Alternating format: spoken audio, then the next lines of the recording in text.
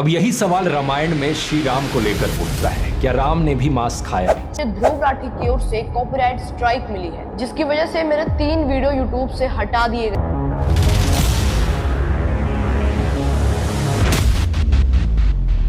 क्या हाल चाल दोस्तों। वैसे तो इंटरनेट पर पकड़ के बहुत से नमूने देखे होंगे, लेकिन ध्रुव राठी जैसा डबल स्टैंडर्ड को साथ नहीं देखा होगा। भाई का टशन देखो, जर्मनी में बैठ के इंडिया का लोकतंत्र बचाते हैं, पर जैसे ही 15 साल के आर्यन ने इनके फैक्ट की धज्जियां उड़ाई तो भाई का लोकतंत्र कॉपीराइट स्ट्राइक में बदल गया। मतलब भाई ये तो वही बात हुई, पूरी दुनिया को ज्ञान देगी कि खेल भावनात्मक होना चाहिए, पर जब 15 साल के बच्चे ने इनको फेयर बॉल डाली तो भाई बैट लेकर घर भाग गए और विकेट भी उखाड़ दिया।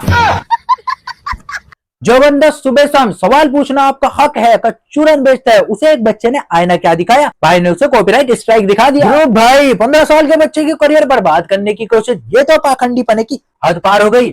आप तो वो इंसान हो जो दुनिया को बोलने की आजादी का पाठ पढ़ाते हो, पर जब किसी ने आपकी पोल खोली तो आपने ध्रुव भाई, सच्चाई को स्ट्राइक से दबाया नहीं जा सकता, क्योंकि जनता को आपके फैक्ट से ज्यादा आपके डर की बू आ रही है। लेकिन मुद्दा क्या था, रामायण के श्लोक ध्रुव भाई ने अपनी जमीन से बुद्धि उठाकर बोल दिया कि राम जी ने तो वास खाया था। फिर एंट्री होती है हमारे छोटे उस्ताद आर्यन तिवारी की, जिसने ना गाली दी ना गुस्सा किया, बस रामायण उठाई और श्लोक बाय श्लोक पढ़ता चला गया।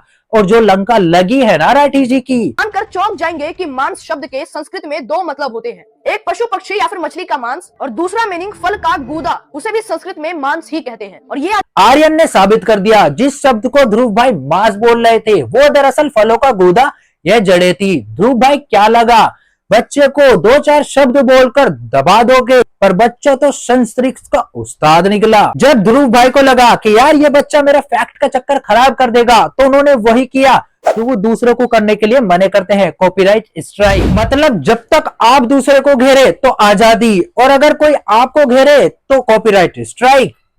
वाह, आइए वही ध्रुव राठी है जिन्होंने ANI को वसूली का रॉकेट बोला था, क्योंकि उन्होंने कॉपीराइट स्ट्राइक दिया था। तब ध्रुव चलते चलते कह रहे थे कि 10 सेकंड की क्लिप पर स्ट्राइक देना सरासर गलत है, लेकिन आर्यन के मामले में सीधा 3 स्ट्राइक। इसे बोलते हैं असली तानाशाही। जो आप दूसरों में ढूंढते हैं वो दरअसल आपकी छोटी सोच के नीचे छुपी है। शर्म आनी चाहिए ध्रुव भाई, एक बच्चे से इतना डर गए। भाई ध्रुव राठी की भविष्यवाणी वैसी ही है जैसी मेरी अगले साल जिम जाऊंगा वाली कसम, कभी सच ही नहीं होती। जमीन पर जो वो बोलते हैं उसका उल्टा पुल्टा ही हो जाता है। सर बोले बांग्लादेश इंडिया से आगे निकल जाएगा, थोड़े दिन बाद वहां की सरकार ही निकल गई। श्रीलंका का मॉडल बताया, वो कंगाल हो गया। लोग इन्हें पनौती कहते हैं, मैं तो कहता हूँ ये वो दोस्त है जो एग्जाम से पहले कहते हैं कि भाई तू पास हो गया, पर आप सीधा फेल। भाई राठी, अगली बार कोई नई भविष्यवाणी करने से पहले अपनी AI फिस्टा से पूछ लेना, शायद वो 5000 टोकन खाने के बाद एक बार तो सच बोल दे। जहां मैं पर्सनली लाइव आकर आपको 25 सबसे इंपॉर्टेंट AI टूल्स सिखाता हूं। अगला सेशन इसी संडे को हो रहा है और ये आपके लिए आखिरी अपॉर्चुनिटी है ज्वाइन करने के लिए। और ये नया क्या शुरू किया है, AI कोर्स 7000 रुपए में। इतने में तो हमारे यहाँ बच्चा पूरे साल का ट्यूशन पढ़ लेता है और खाना भी खा ले। डिजिटल क्रांति के नाम पे सीधा जेब काटने का प्लान है क्या? ऊपर से टोकन का हाल ऐसा है कि 2 सवाल पूछ लो टोकन खत्म। मतलब ये तो वही बात हुई, मैंने 5 स्टार में पैसे देकर खाना ऑर्डर किया और मेरे सामने 2 सूखी रोटी और अचार रख दिया। भाई अगर 7000 रुपए वसूल कर भी हमें उंगलियों पर टोकन गिनने पड़ रहे हैं तो इसे सफेद लूट बोलते हैं।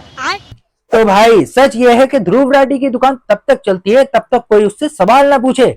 आर्यन ने सवाल पूछा तो इनका लोकतंत्र हवा हो गया। अब आप तय करो कि आपको फैक्ट सुनने हैं ये ध्रुव भाई का फैक्शन। अगर वीडियो पसंद आया तो वीडियो को लाइक करना, चैनल को सब्सक्राइब करना और कमेंट करके बताना कि अगला वीडियो कहीं ध्रुव भाई का कॉपीराइट स्ट्राइक पे तो नहीं आएगा। तो मिलते हैं अगले वीडियो में।